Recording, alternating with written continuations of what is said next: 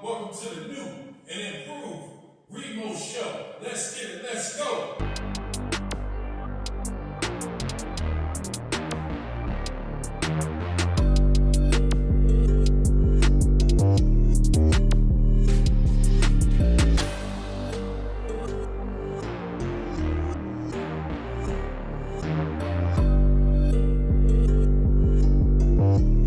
Get your goddamn ass to this motherfucking house right motherfucking now. And I'm not lying. You can't ask me to do a motherfucking thing for your motherfucking ass no more. Your lying ass, cause I'm a Yo, what's goody yuddy? It's your boy Remo, back with another video, y'all. Yeah, y'all, it's getting closer and closer to football season. College football start, this Saturday? I can't wait. We've been waiting all year. I'm a college football person. Don't get me wrong. I like the pros too. I'm a Giants fan, but I got a couple college teams. I like West Virginia. I like USC, and I like Texas Longhorns. Yeah, people say, "Oh, you got 3 college teams." Yeah, so what, man? So fucking what? Yeah, I like them 3 teams. I like them all about equal too. Anyways. Yeah, I'm back with another video, man. Black women are the worst supervisors. The first one was so nice I had to do it twice. This is part 2. Yeah, I want to tell you all about this one chick, this one black supervisor I had years ago. Her name was Linda. And I don't give a fuck if y'all look her up. Good luck. There's a lot of black, ignorant, stupid ass bitches named Linda on the East Coast. So good luck trying to research. But any fucking way, this chick, I did security in this building. It was like it was basically an apartment building, not a huge building, but it was like lofts and shit. Anyway, it was like me and 4 other guys there. Me and my man John, we were the oldest ones there. We were like 28, 29 at the time, and everybody else was younger than us. Everybody else was like in they early 20s, 20, 21. And the black supervisor chick, Linda, she treated them young dudes like gold. Like she basically, slapped them on the wrist every time they fucked up. But whenever we did something small, she would bark on us. I didn't understand that. And, I needed my job.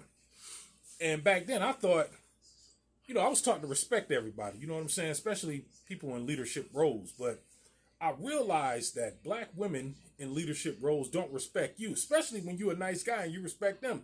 That's when they shit on you the most. It's sad, but it's true. Black men in leadership positions, they do it too. But like once you check them, they get it. You know what I'm saying? Or like, once you pull them to the side and say, "Yo, I'm not feeling that," they get it. But black women think just because they black and they got a black coochie hole that they can talk to anybody any kind of way. And like I told y'all in the last video, most black women think black men most black women see black men as the enemy. In the last 50 years, black women just has been taught that we're the enemy, because they don't go after any man of any other race on the job or in any type of leadership role. Like Oprah Winfrey. You never heard Oprah Winfrey go off on Harvey Weinstein or, any man of any type of race. She would always have black men on her show putting them down, Russell Simmons and, whoever, same thing with the chick that started the Me Too movement. She even said her job was not to go after, any other race of men. You know what I mean? Yes, there's bad apples in all races. So, if you only going to single out one race of man, hell, I'm going to single out one race of woman. How about that? How you like them apples? Yeah, Yeah, that's what I'm finna do. So let me tell you all about this chick named Linda. She would come down hard on me and John, but treat them other millennial punks like gold. And I said, one day I asked her, I was like, I said they don't do their job. And she was like, "Oh, they work hard. You just not here to see it." And I'm like, "Yes, I am." I'm like, "Okay, whatever." And so I told John, I said, "Yo, you see how she treat them?" I said, "She treat them, she slapped them on the wrist." He was like, "Yeah." She was like, "Those are little playmates." And I said, "What you mean?" He was like, "Yeah." She said they're like her nephews or like her sons. And I said, "So what? We're just expendable to her?" He was like, "Yeah, basically." I was like, "Well, she ain't about to use me like no toilet paper. I ain't the one." I said, that's when it hit me. I don't need this job. This job need me. Don't ever think that you need a job. You know, I mean, yeah, we all need to work and make money, but there's other jobs out there is what I'm trying to say.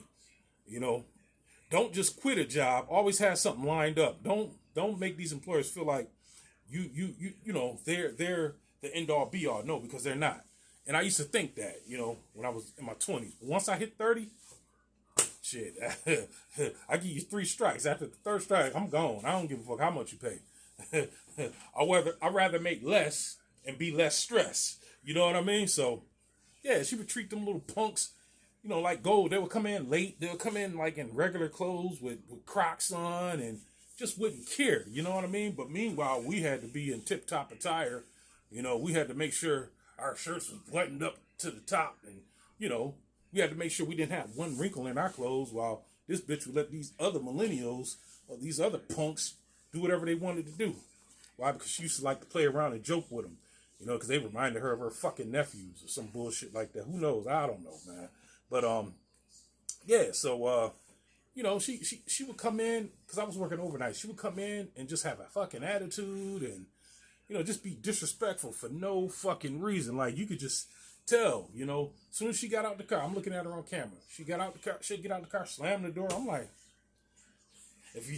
I'm saying to myself, damn, if this bitch don't want to be here, why the fuck is she still here? Like, she would literally bring her baggage from home to work and take it out on the first black man she sees, which was either me or John. You know what I mean? I didn't like that. So one day I went off on her. You know, I cussed her out, you know, told her breath stank. And then, she started cussing and fussing. And then I was like, yeah, you don't talk to the millennials like that. I said, and they the ones who don't do shit. I was like, you want to treat your best workers like shit, but the workers that are actually shit, you treat them like they're platinum and silver. I don't understand that. And she went off. She was just going off and off and off and off and off. So I was like, yeah, man. I was like, yeah, your breath stink. Boy, all hell broke loose when I said that, because her breath used to always stink. I had been waiting for the day to tell her how stank her breath was. Her breath used to she I don't know, I think she had halitosis and gingivitis all at the same time. I'm like, damn, you need scope and you need aim. Gargle with some peroxide. Go see a dentist. Shit. Whatever. But yeah, black women in any kind of leadership roles, I'm telling you, it's not gonna work. I told y'all in the first video, whenever I get hired at a job, if my supervisor is a black woman or the manager is a black woman, I throw in the towel. You know, I'll work there for like a week or two. You know, I give them a 2 weeks notice. You know, they say, "Oh, why are you leaving? You don't like the job?" I'll say, "I'll find something better." It never fails. I'm not, because it's not gonna go. It's not gonna work. It never works, y'all. Y'all know it. Some of y'all been through this too many times. You know, I'm glad Kamala Harris didn't get elected. Like I told y'all in the first video, you think, man, if she would have got elected, man, you know how deep in shit we would be right now. You know, 8 months in, what's this, August? Yeah, eight months in, 7.5 months in, man, we would be way up shit's creek without a paddle. Salute to Donald Trump and the Republicans. Yeah, yeah. But anyway, yeah. So cussed her out, let her have it. Told her breath was stank, and she threatened to get her son on, because that's another thing. She used to always brag about how tough her son was. You know, he was in his early 20s, and you know, she used to always say, yeah, he was a hustler, and you know, he don't play with his mama. Anybody mess with his mom, she would tell this to us at work. We'll be in a meeting, we'll be in a staff meeting talking about overtime, or you know, we'll be addressing how can we, you know, do better on the job. And out of nowhere, she'll be like, yeah, my son don't play about his mama. Yeah, he'll kill anybody over his mama. You know, he's a street thug, and this, that, and that. I'm like, man, she will always say this shit. So one day, my boy John was like, yeah, you know her son. He be up there on such and such avenue. And I'm like, man, I don't know too many of these young dudes. And he had told me he be hanging with your boy so and so. I was like, oh, him? I was like, oh man, he ain't intimidating or nothing. Yeah, he was in the drug gang. He had gun. He sell ghost guns and shit, but that was about it. So I was like, yeah, I know him. So, like shortly after me and her had got into it, she called herself write me up, whatever. I'm like, okay, whatever. I'm about to leave, so I made plans on leaving anyway. So, she called me one morning and asked me if I could do overtime, if I can work. No, she called me on my day off, early in the morning on my day off, and asked me if I could come to work today. She tried to make it seem like I ain't had no choice. I said, no, I can't do it. She was like, why not? I said, I got some business to take care of. She was like, on a Saturday? I said, yeah, on a Saturday. She's like, what kind of business you got to take care of? I said, none of yours. I said, that's what it's called, none of your business. Oh, fuck you, motherfucker. I'm trying to offer you. So I said, why don't you ask one of the millennials that you so desire, that you treat like stainless steel? I said, ask one of them. You don't never ask one of them to work overtime. You always asking me or John. I was like, and you treat us like shit. Oh, motherfucker, oh, fuck you. They always calling somebody a motherfucker. Oh, fuck you. Yeah, you can kiss my ass. I'll let you go with a write-up. I should have fired you. Wait till I see you Monday. Oh, you just wait. Oh, I'm going to get my son. I said, okay, all right, whatever. Hung up the phone. So I get in my car that Saturday night, drove to the block where her son hang out with, to the block where her son hang out at. And, I saw him on the block. I started pulling out my phone to take pictures and took videos and shit. So, if y'all listen to any of my other videos, I secretly called the police on them. I called 311. That's not emergency. So the police came to my house. We sat down and had coffee right here at this table. I was sitting right here. The police officer was sitting right there. My girl got a Keurig. My girl keep all kinds of coffee. And we got all kinds of coffee and shit. So me and the police officer sat down. We had coffee, and I showed him the pictures in the video. And matter of fact, that police officer, he was one of my supervisors when I worked at another security company. So me and him knew each other. So we sat down. We had coffee. He was like, so what did this lady tell you? I said, what lady? His mother. He was like, yeah. I was like, she said she was gonna get him to do something to me. And he was like, she's your supervisor? I said, yeah. And he was like, really? He said, why in the hell would a woman with a leadership role like a supervisor at a security company would want her son to come up and harm another guard? And I was like, ignorant, stupid, ignorant and dumb. And then he was like, I know this guy, and he's in our system, and he has priors. And come to find out, her son had a warrant. He had a bench warrant or something. So I found out later that that they arrested him.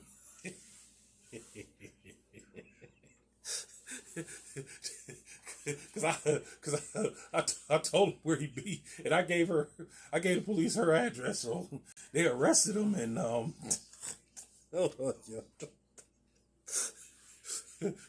they arrested him. The police surrounded the house, and he went upstairs, and he jumped out the window. He jumped out the second floor window. The police said he yelled Geronimo, and when he landed, it was two police officers there waiting on his dumbass. Geronimo, you got the right to remain silent. Anything you say can and will be held to you against in the court of law. You got the right to an attorney. So he was all fucked up. He broke his leg, he broke his shoulder, he broke his wrist. And the police didn't care. They still beat the shit out of him and took him to jail while he was fucked up. So that's what you get. That's what you dumb black bitches get. Y'all fuck with the wrong. Y'all don't know who y'all fucking with. Y'all don't know who.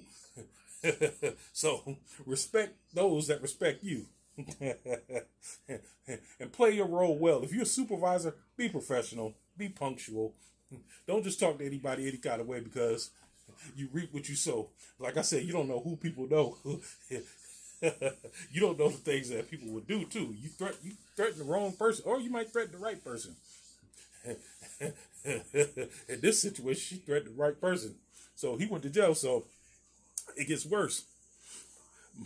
I put in my 2 weeks notice. And so I didn't see her for like maybe like a week and a half, because I was working overnight. She stopped coming in early. She would come in like at 8. I worked 11 to 7, so she was coming in at 8 This is what I'm hearing from John. So one day, it's like 2 days after he got arrested, I came in. I came to work early. I was supposed to be there at 11. I got there at like 10:30, and she was there just sitting there waiting for me. And I'm like, what the hell? The only time she would be there is like if she couldn't get nobody to cover the second shift. So come to find out, one of the dudes that she loved, one of the young dudes, he quit.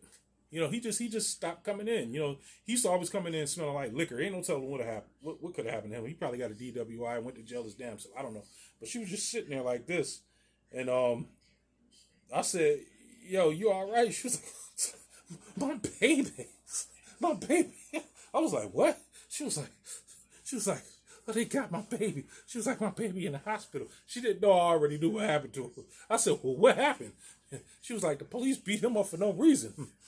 I was like, "Really?" I said, "Nah." I said, police don't normally just beat you up for no reason. She was like, "No, they beat him up for no reason." She was like, "Why? You had something to do with it?" I was like, "I ain't no police officer." She was like, "I can't believe they did that to my baby." She was like, "Oh," she said, "I just been at work stressing all day." She was like, "So and so quit." She said, "My baby, I can't believe they did that to my baby." My baby. That's all she kept saying, and I was like, go home. I'm here early, so you can leave. Go home." And she was like, "I don't know how I'm gonna sleep at night." She was like, "I told him once, I told him twice." She was like, "But he just didn't listen." And I'm thinking, bitch, you encouraged him to be a street thug. You encouraged him to sell guns. You know, just like any other typical black women, they think that shit is cool. To have a son out in the street selling drugs, selling guns, because that makes them look like they raised a tough guy. Don't you know? Don't you know there's a price to pay when you promote that type of lifestyle? There's always a price to pay. It's either hell or jail. And in this case, it was hell and jail because he got the hell stomped out of him. Shit was funny, yo. Yo, it's your boy Rebo. Yo, holla at me, like, share, subscribe, man. I'm gonna do a part 3 next week. All right, 100.